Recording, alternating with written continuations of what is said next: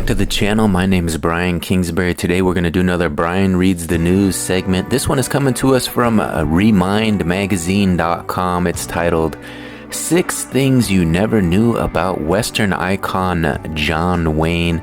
It's by Lauren Novak, was published June 11th, 2024. Let's get into it. When you think of the golden age of westerns, there are a few names that come to mind, and John Wayne is certainly one of them. He appeared in so many iconic films, including Stagecoach, Fort Apache, She Wore a Yellow Ribbon, The Searchers, and many, many more. In honor of the anniversary of his passing on June 11th, he was 72 when he died in 1979, let's learn some shocking and interesting facts about the star. Fact number 1, one of his films caused cancer.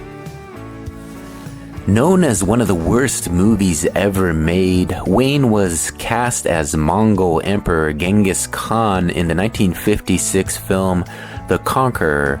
It was filmed outside of St. George, Utah, in the Escalante Desert, about 100 miles away from the atomic bomb test site in Nevada.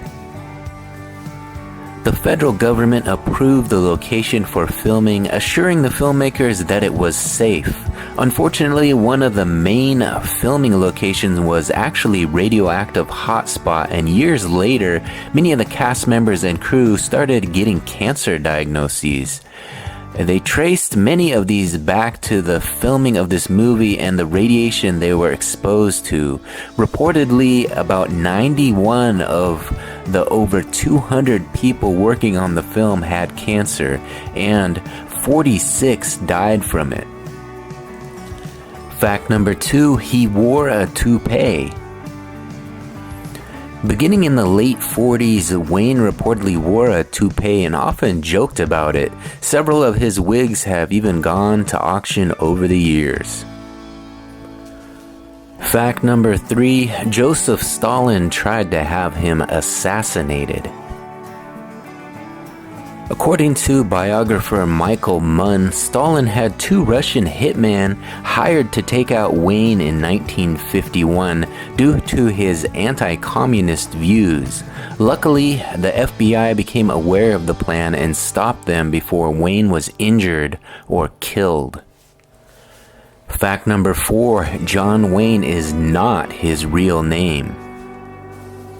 His real name is Marion Robert Morrison. He was called Duke as a kid, and the nickname stuck. Duke was the name of his childhood dog, an Airedale Terrier. His family would call the dog Big Duke and Wayne Little Duke because they were such good pals. His name was eventually changed in Hollywood, but many still knew him as Duke. Fact number 5, he loved playing chess. Wayne brought a mini chessboard with him wherever he went so that he could play between filming scenes, and apparently he was quite good at it. Fact number 6, John Wayne and Frank Sinatra had a feud. Wayne and crooner actor Frank Sinatra did not get along because of differing politics. Wayne generally had Republican views, while Sinatra was more of a Democrat.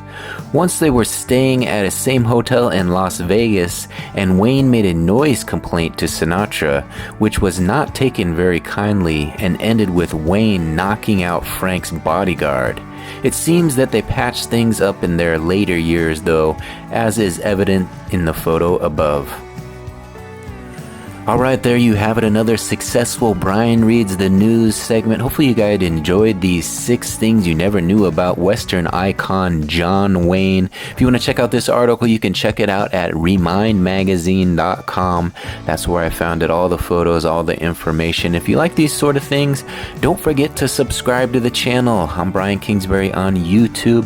Hit that subscription button, ring that notification bell, and do me a big favor, give this one a big thumbs up on your way out. I thank you for watching this one to the very end. We'll talk to you on the next one. Bye.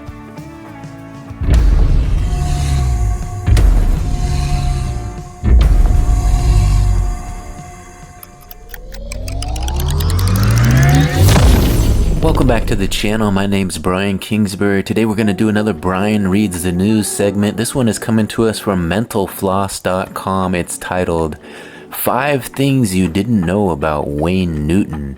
It's by Ethan Trex, was published January 8th, 2010. Let's get into it. You don't earn a nickname like Mr. Las Vegas without leading a pretty interesting life. Let's take a look at 5 things you might not know about the child star who became one of America's most beloved crooners. Fact number 1, he got an early start. According to Newton's website, he decided to become a musician after his parents took him to see the Grand Ole Opry when he was just 4 years old. Unlike many children with similar dreams, though, Newton proved to be an industrious tyke. He quickly learned how to play piano, guitar, and steel guitar, and by the time he was 6, he would appear on daily radio shows on his way to school. Wayne and his brother Jerry became a popular local act, and the precocious pair soon began performing at the opera traveling shows. When Wayne was in the 1st grade, he even sang at a USO show in front of President Truman. Not a shabby start to a career. Fun fact number 2, he had no love for Johnny Carson. Newton's act was the frequent butt of Johnny Carson's jokes, and while you might think a career showman like Newton would have thick skin, think again. When Carson started making cracks that implied Newton was gay, the singer flew off the handle. He showed up unannounced at Carson's office to confront the late-night host. Newton described the showdown in a 2007 interview with Larry King, quote, "And I said to Carson, I said, I don't know what friend of yours I've killed. I don't know what your child of yours I've hurt. I don't know what food I've taken out of your mouth, but these jokes about me will stop, and they'll stop now, or I will kick your ass." Carson apparently backed off after Newton's threat, which is understandable.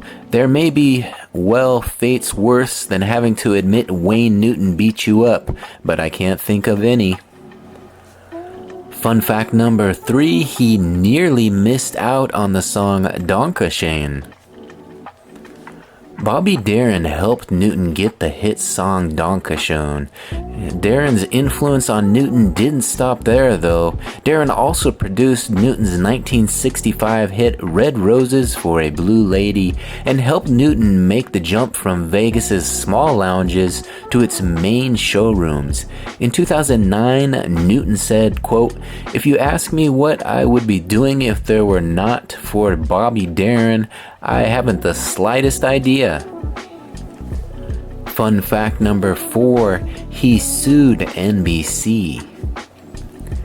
In 1980, Newton purchased a share of the Aladdin Casino in Las Vegas. That October, NBC broadcast a report entitled Wayne Newton and the Law that created the impression that several organized crime figures had helped finance the purchase in exchange for an under-the-table share in the deal.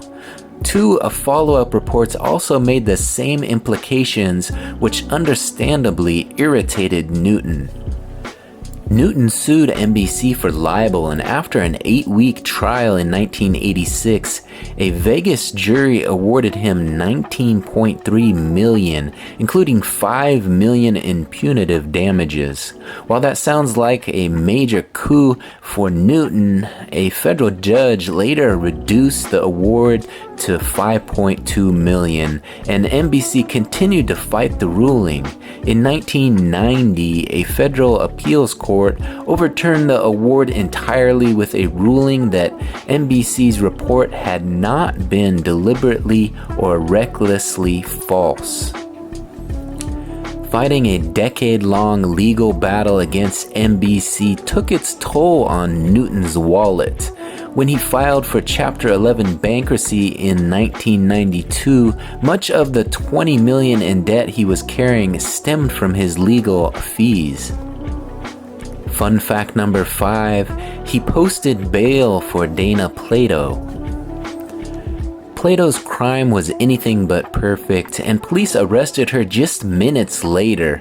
She went to jail on armed robbery charges, and she might as well have spent some serious time in the cam if not for an unlikely benefactor, Newton. Although Plato and Newton had never met, the singer put up $13,000 bond for the actress. According to his manager, Newton sympathized with the plight of the former child star and jumped at the chance to do a good deed. Newton's manager said, quote, "He's seen what this industry has done to people. This industry takes a terrible toll on children." Alright, there you have it, another successful Brian Reads the News segment. Again, this one's titled 5 Things You Didn't Know About Wayne Newton. You can find it at mentalfloss.com if you want to check it out for yourself. If you like these sort of videos, don't forget to subscribe to the channel, hit that subscription button, ring that notification bell, and do me a big favor, give this one a big thumbs up on your way out. Thanks for watching to the very end. We'll talk to you on the next one.